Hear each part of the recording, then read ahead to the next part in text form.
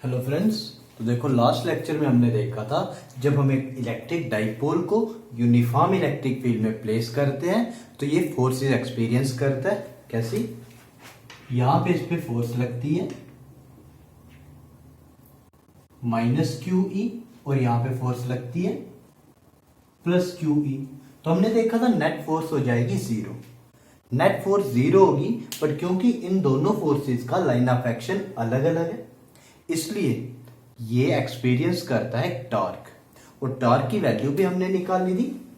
ये टॉर्क आया था पीई साइन थीटा और इसको वेक्टर फॉर्म में हमने लिखा था P vector cross E vector. यहां पे पी था इलेक्ट्रिक डाइपोल मोमेंट और ई था इलेक्ट्रिक फील्ड। अब इससे आगे हम देखते हैं potential energy in case of this dipole. तो देखो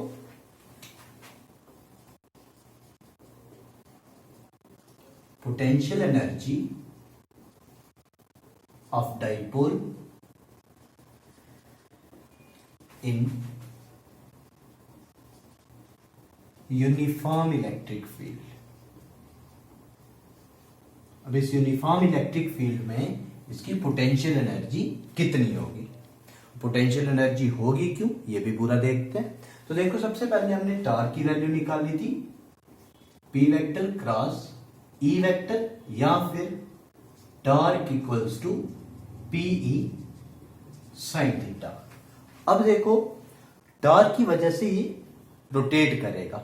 अब मान लो ये रोटेट करता है by small angle D theta. अब जब ये छोटे एंगल डी थीटा से रोटेट करेगा तो इस पे छोटा सा वर्क डन होगा। अब ये वर्क कितना होगा, क्योंकि एंगल छोटा है तो वर्क भी छोटा होगा। Torque into D theta, force into displacement. Torque की वैल्यू डाल देंगे P E sine theta D theta आएगा। अब जब हम इसको छोटे से एंगल से रोटेट करते हैं तो इस पे इतना वर्क डन होता है। अब अगर मान लो हमने क्या किया, इसको इनिशियली ये थीटा वन एंगल पे था और इसको रोटेट करके थीटा टू एंगल पे पहुंचा दिया तो टोटल वर्क डन कितना होगा। तो हम लिखते हैं total work done in rotating this dipole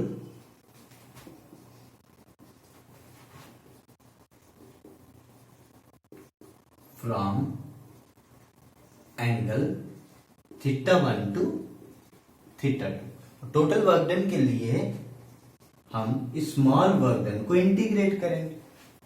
तो इंटीग्रेशन करने पे थीटा की लिमिट्स डालनी पड़ेगी और थीटा की लिमिट्स है थीटा वन से theta to. Initially theta one पे था ये और फाइनली थीटा वन तक पहुंचाएंगे। तो इसमें देखो कांस्टेंट्स क्या है, पीई इंटीग्रेशन होगी साइन थीटा डी थीटा की थीटा वन से थीटा टू। तो वर्क डन देखो किस तरह से निकलेगा, पीई साइन थीटा की integration minus cos theta theta one से थीटा टू। तो ये बन गया minus P E cos theta two minus cos theta one. जब हमने लिमिट्स पुट की तो ये बन गया cos theta two minus cos theta one.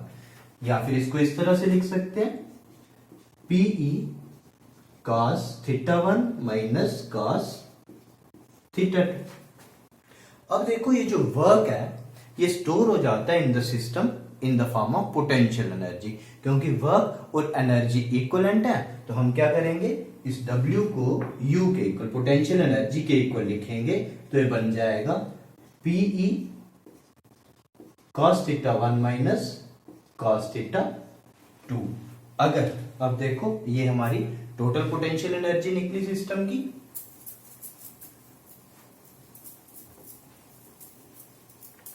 अगर if initially dipole is oriented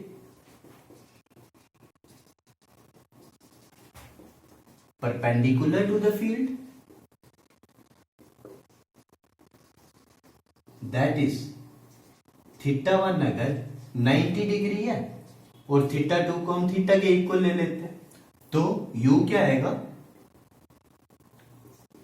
PE cos 90 degree minus cos theta, तो ये बन जाएगा माइनस पीई कॉस थीटा, जिसको हम लिख सकते हैं minus P vector dot E vector. तो ये वैल्यू आई हमारी पोटेंशियल एनर्जी की। तो हमारी पोटेंशियल एनर्जी होगी इस सिस्टम की P vector dot E vector, जहां पे पी है इलेक्ट्रिक डाइपोल मोमेंट। तो ये टोटल एनर्जी आ गई। अब हमारे पास कुछ केसेस आएंगे, स्पेशल केसेस, जिसमें हम देखेंगे डाइपोल की मैक्सिमम स्टेबिलिटी कब होगी और मिनिमम स्टेबिलिटी कब होगी। तो special cases, when theta equals to 0 degree, जब थीटा 0 डिग्री है तो u बन जाएगा माइनस पीई कॉस 0 डिग्री, तो ये बन गया पीई के इक्वल। अगर थीटा 90 डिग्री है तो u बन जाएगा माइनस पीई कॉस 90, और कॉस 90 तो 0 होता है, इसलिए ये बन गया 0। और थीटा अगर 180 डिग्री है तो u कितना आएगा, माइनस पीई कॉस 180 डिग्री, ये आ गया पीई के इक्वल। अब इनमें सबसे ज्यादा वैल्यू ये है मैक्सिमम पोटेंशियल एनर्जी और ये है मिनिमम पोटेंशियल एनर्जी। अब जब मैक्सिमम पोटेंशियल एनर्जी होगी, जब मैक्सिमम पोटेंशियल एनर्जी होगी तो किसी भी सिस्टम की जब एनर्जी मैक्सिमम हो तो अनस्टेबल होता है। तो ये आ जाएगी कंडीशन फॉर अनस्टेबल इक्विलिब्रियम, और ये होगी कंडीशन फॉर स्टेबल इक्विलिब्रियम।